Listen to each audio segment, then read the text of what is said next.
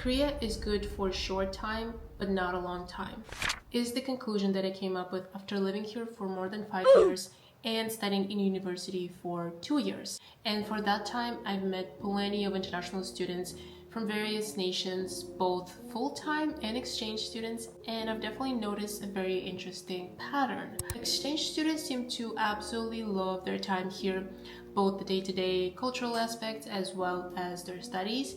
Meanwhile, full-time students be genuinely fighting for their lives and counting the days to their graduation. So you might be wondering, why is this happening? Well, that's something that I'm going to explore further in this video, so stay tuned. I want to preface this video by saying that this is obviously a personal opinion of mine, as well as those students that I've encountered around me, and your experience studying in Korea will depend on so many factors, like the city you're studying in, your program, your financial stability, your race, nationality, your gender, etc, etc, etc, right? But I do want to mention that it is a pattern that I've noticed, and it's not just me. After posting similar thoughts on my TikTok channel, this post gathered around 45,000 views and over 4,000 likes, with most people expressing similar sentiment in the comments. So there's one comment that I personally liked that I want to share with you guys. This person writes, I experienced being an exchange student during my bachelor, being a language student, and now I'm a full-time student for my graduate degree, and it's all so different. You have so many fun and great opportunities, and as an exchange student and language school student, the university quite literally does everything for you. You don't have a single care in the world as long as you do as they told. But as a full-time student, you have to figure out everything by yourself. The visa and all the paperwork are all your responsibility, and they get very complicated the more you plan on staying. Also, you don't get all those uni fun activities anymore, so yeah. But to be honest, all the administrative bullshit, graduation requirements, etc. part of the reason why a long time stay is very difficult. Now, I specifically chose this post because, first of all, I agree with what the person is saying, and second, I find it interesting that this person experienced so many levels of studying in Korea from exchange to bachelor's, language student, and a master's student, and they expressed how the difference is massive, and it completely echoes my opinion regarding this issue that I'm going to discuss further in this video. If you're new to this channel, hi, welcome, my name is Hope. I'm an undergraduate student at Women's University in Seoul, South Korea. I've been living here for over 5 years, and I do various videos here on my channel, can help you in your journey of studying in Korea, and I also post various videos on my TikTok and Instagram accounts, so please check those too, subscribe so you don't miss when I upload a video like this, and like this video if you wish to see more of a similar content, and also comment please, because I would love to hear your thoughts on this issue or on this opinion. Now that we've got acquainted, let's begin this video. So most exchange students that I've met in Korea seem to be having the time of their lives, and it's easy to understand why, because they're here for a relatively short amount of time, which is like 1 or 2 semesters. They're away from home and their families. Nobody here really knows who they are, which gives you this sense of freedom, I guess, and you can express yourself in ways that maybe you couldn't back home, or you can't back home. And also, being here for such a short amount of time, people usually only experience the first stage of living abroad, which is the sense of novelty. Everything seems new and exciting and unusual, and they don't reach this like settling stage where the novelty wears off and you've met with the harsh reality that Korea is like every other country, with both negative and positive sides of living here. And exchange students usually don't have to worry much about the administrative side of things, like worrying about visa issues, permits, dormitories. Usually exchange students have a separate dormitory for them compared to full-time students. Then it's very hard for them to get a room after the freshman year, and part-time jobs, etc. They have more time to explore the fun side of Korea, getting the best cultural experiences.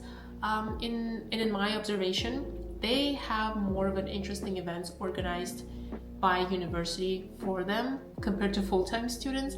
I definitely noticed that at Ihwa at my school, because a lot of people say that our exchange program is really good and they have many fun events. I used to be subscribed to an account on Instagram that posted a lot of events that they did for exchange students, and I had to unsubscribe from that because I sort of start feeling FOMO because I was like, wait a minute, you guys do movie nights, you guys do this and that, and I'm like, I don't know if it's the same across other universities in Korea. If you are studying in a university other than Ihwa, and if you notice something similar, please let me know in the comments, because it'd be so interesting to actually hear you guys' thoughts about that. While all of this is happening, full-time students are genuinely fighting for their lives, counting down the days to graduation.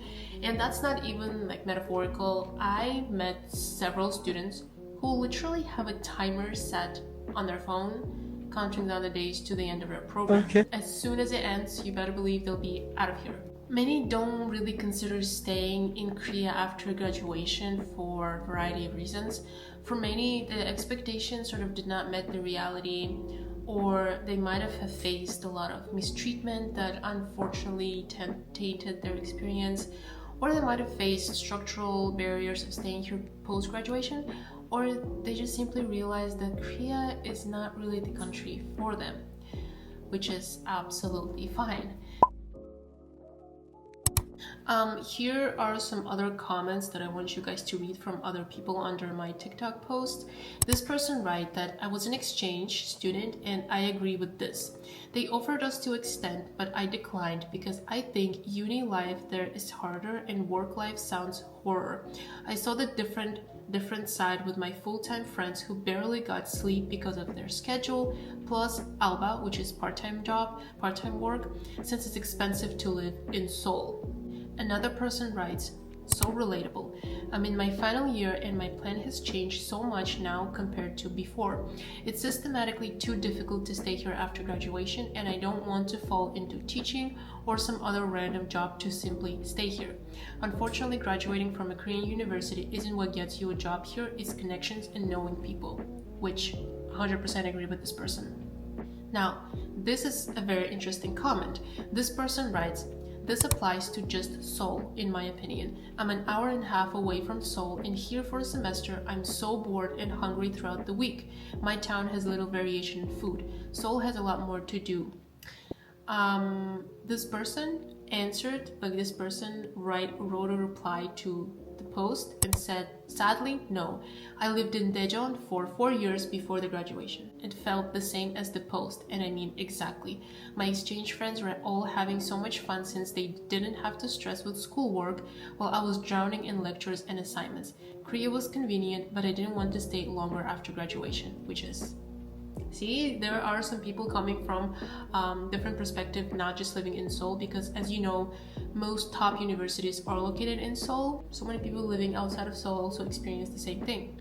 And I also want to say that the reason why full-time students are so much more busier than exchange students is because usually most international students in Korea study in Korean.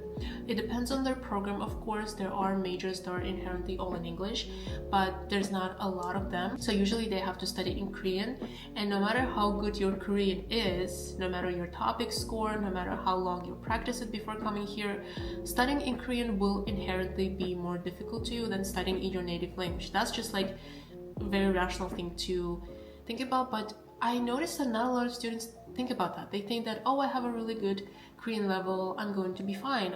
You will be fine, but you will struggle a lot because academic Korean is a completely different thing. It's definitely harder, and it will take so much of your time because you will have to translate what you don't understand into your native language and then study the content. So you will be doing double the amount of studying that regular students do. So that's definitely something you have to consider, because exchange students, they come here, they usually take classes that are offered in English, and in some universities they have specific classes that are only exclusive to exchange students, which we have at Ihwa as well. I remember one of my friend who was an exchange student here, she recommended a class about pottery. She said, oh, I really like this class, you should take it.